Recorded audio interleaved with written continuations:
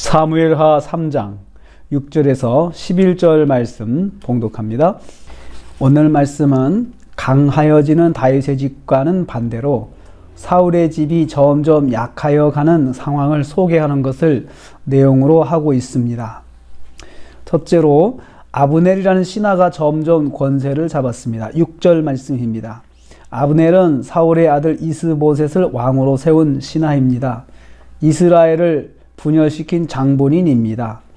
다윗의 집과 전쟁이 지속되는 가운데 군권을 가진 아브넬의 권세가 점점 강화되어 갔습니다. 자신이 왕으로 세운 이스보셋보다 더 큰 힘을 가지게 되었습니다. 그래서 말씀이 이렇게 기록되어 있습니다. 아브넬이 사울의 집에서 점점 권세를 잡으니라. 전쟁의 기간이 길어질수록 군권을 가진 아브넬의 힘이 점점 강화되는 것을 볼 수 있습니다. 아브넬은 자신의 힘으로 왕으로 세운 이스보셋을 더 높이고 왕으로 존중해 주어야 했습니다. 자신이 가진 힘으로 이스보셋을 더 높여주고 이스보셋의 왕권을 강화시켜주는 참 그런 선한 일을 해야 했습니다. 그러나 아브넬은 자기 힘을 믿고 교만의 굴레에 빠지고 맙니다. 이를 통해서 깨닫습니다. 힘을 자기 중심으로 사용하면 교만에 빠질 수 있습니다. 둘째로 아브넬의 교만은 왕을 무시하는 행동으로 나타납니다. 7절, 8절 말씀입니다. 아브넬이 사울의 첩과 통간하였다고 했습니다.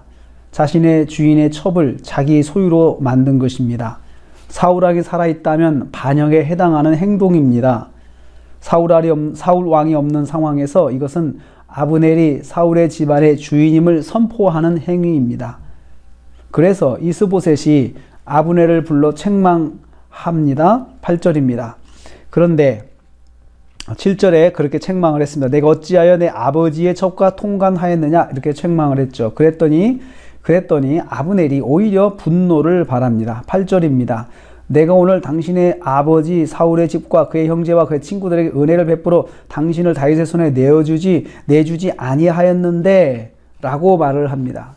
내가 당신과 집안에 한 일이 얼마나 큰 일인데 이까짓 것 가지고 나를 책망하느냐고 분노하고 있는 것입니다.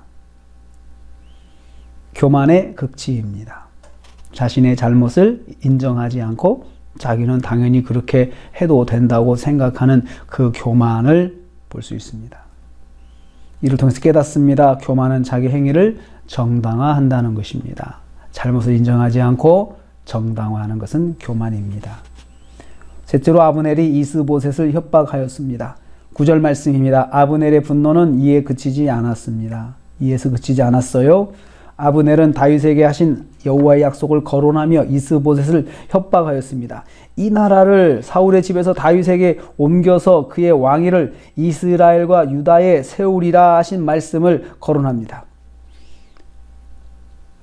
자신이 여호와의 약속을 이루어지게 만들 수도 있다고 협박한 것입니다. 여호와의 약속이 다윗에게 하신 약속이 이런 건데 내가 이거 이루게도 할 수 있어. 이렇게 협박하는 것입니다. 자신 덕분에 여호와의 약속이 막히고 왕권이 유지되고 있는 것을 강조하는 기가 막힌 교만입니다. 그래서 11절 말씀이에요. 이스보셋이 아브넬을 두려워하게 되었습니다. 그리고 한마디 더 이상 말을 할 수가 없었습니다. 사울의 집이 약하여지는 것은 한 사람 장수의 교만에서 시작되고 있습니다. 잠언 18장 12절을 이렇게 말씀하고 있습니다. 마음의 교만은 멸망의 선봉이라 했습니다. 오늘 우리가 하루를 시작합니다. 교만은 나라의 국력도 약해지게 하는 것을 볼 수 있습니다. 교만은 한 나라의 국력도 약해지게 만드는 그런 것입니다. 교만이 무서운 것입니다. 하루를 시작합니다. 우리가 교만하면 우리 영적인 힘이 약해집니다. 우리가 교만하면 교회도 약해집니다. 우리가 교만하면 나라도 약해집니다. 오늘 하루를 살면서 우리가 성도로서 하나님 앞에서 겸손해서 말씀 앞에 겸손하여서 자신을 세우고 자신을 더 강하게 하고 영적인 힘을 세우는 저와 여러분 되시기를 주님의 이름으로 축복합니다. 기도하겠습니다. 하나님 감사합니다.